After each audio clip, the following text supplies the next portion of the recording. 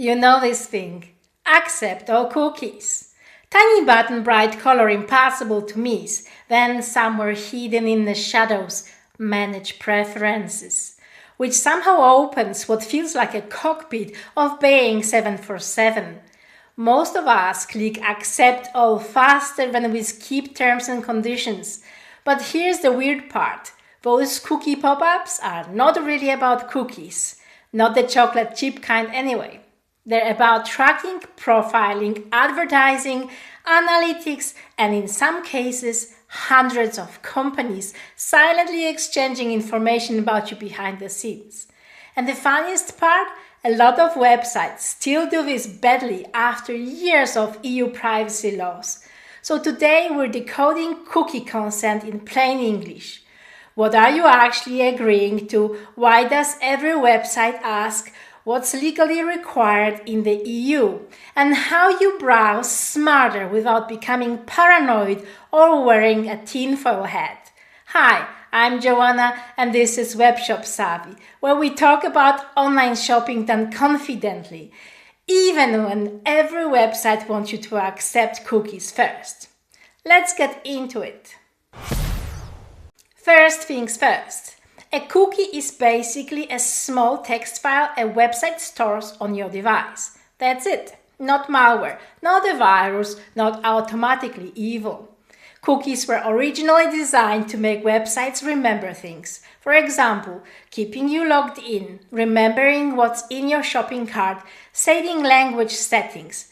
Those are usually called necessary cookies, and honestly, most people want those.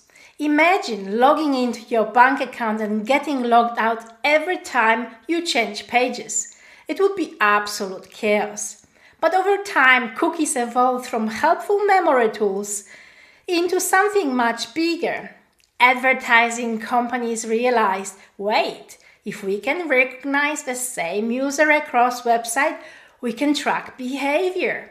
So now, cookies can also be used for the things like personalized ads, measuring user behavior, tracking what products you viewed, building advertising profiles, sharing data with marketing partners.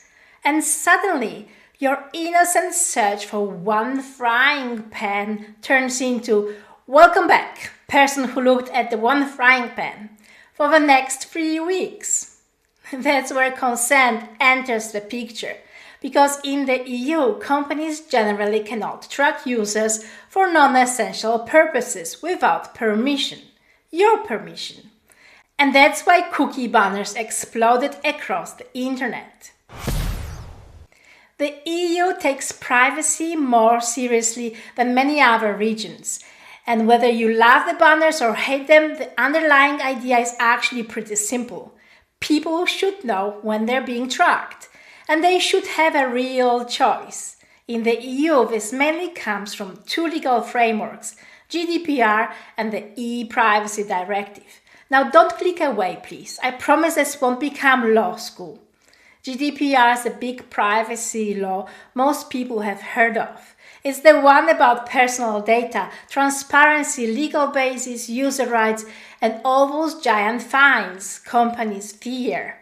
But the specific cookie rules mostly come from ePrivacy directive. That's the rule saying websites generally need consent before storing or accessing non-essential tracking technologies on your device. Translation: necessary stuff, usually okay. Tracking and advertising, ask first. And importantly, consent has to be freely given. Specific, informed, and unambiguous, which means if a website tricks you into clicking accept all, that can become a problem. That's why regulators across Europe have repeatedly gone after misleading cookie banners. Things like giant green accept buttons, hidden reject options, pre-ticked boxes, complicated opt-outs, or making rejection much more harder than acceptance. Before, if saying no feels like escaping an escape room, that's not really meaningful consent. Now this is where things get interesting. A lot of cookie banners are designed using what's called dark patterns. That means interface tricks designed to push users toward a certain decision. Usually, please just click accept all. Here are some common ones. 1. The bright button trick. You get huge colorful accept all and then tiny gray manage settings, somewhere near the edge of the universe. That design is intentional because companies know most users choose the fastest path. 2.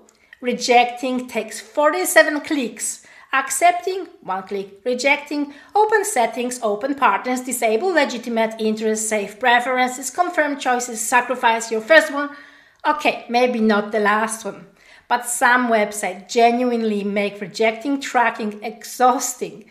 EU regulators have increasingly criticized this because refusing consent should be as easy as giving it. 3. Scary wording. Some banners imply the website may not work properly unless you accept everything. Sometimes that's true for certain features, but often it's exaggerated. There is a big difference between this video player needs cookies to function and if you reject tracking cookies, society may collapse. 4. Legitimate interest confusion. Oh yes, the phrase nobody understands. Some companies rely on a legal concept called legitimate interest for certain data processing activities. But many users encounter this buried inside giant vendor lists and have absolutely no idea what they are agreeing to. And honestly, even privacy professionals sometimes need coffee before reading those settings. So what actually happens when you click accept all? Well, it depends on the website. Sometimes very little happens. Other times, your browsing data can be shared across large advertising ecosystems. Things that may be collected include pages you visit, time spent on those pages, device type, approximate location, your purchases, ad interactions, search behavior. This information can then be used to measure ad performance and build marketing profiles, personalize ads for you, predict interests, retarget you later. That's why, after viewing one pair of shoes once, the internet sometimes behaves like your overly enthusiastic friend. So how about those shoes? Now, importantly, this does not always mean companies know your real name directly. A lot of advertising systems work through identifiers, profiles, and browser tracking. But even pseudonymous data can still reveal a surprising amount about people over time. That's one reason privacy advocates push for stronger limits on cross-site tracking. And browsers are changing too. Some browsers now block many third-party cookies by default. Privacy-focused browsers and extensions are also becoming more popular in Europe. So the internet advertising world is slowly changing, although definitely not disappearing. Do you have to accept cookies? Short answer, no. You do not legally have to accept all cookies just to browse the internet. In the EU, websites should allow users to reject non-essential tracking. Now there are exceptions. Some websites use what's called consent or pay model, meaning either accept tracking and advertising or pay for an ad-free version.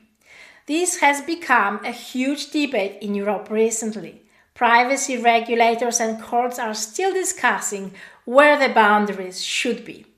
So expect this topic to keep evolving. But generally speaking, you should be able to refuse non-essential tracking without being manipulated into saying yes. And honestly, most users fall somewhere in the middle. Not everyone wants maximum privacy lockdown mode, and not everyone wants unlimited tracking either. Most people just want transparency, simpler choices, less manipulation, and fewer pop-ups interrupting their existence every 6 seconds, which is completely reasonable. So here are a few practical ways to browse smarter. Don't panic about every cookie. Necessary cookies are not automatically dangerous. Without them, many websites simply break. The bigger privacy concerns usually involve tracking, profiling, and advertising networks.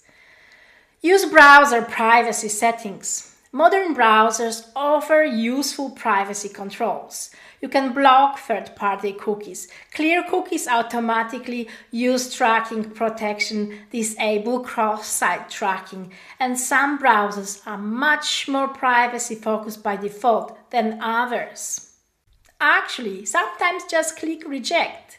I know it's annoying, but if a website offers a proper reject option, using it occasionally does reduce tracking, especially across advertising networks. Be careful with free services. Remember, if a platform is free, advertising often funds it, which means data collection may be part of a business model. That doesn't automatically make the company evil, but consumers should understand the trade-off.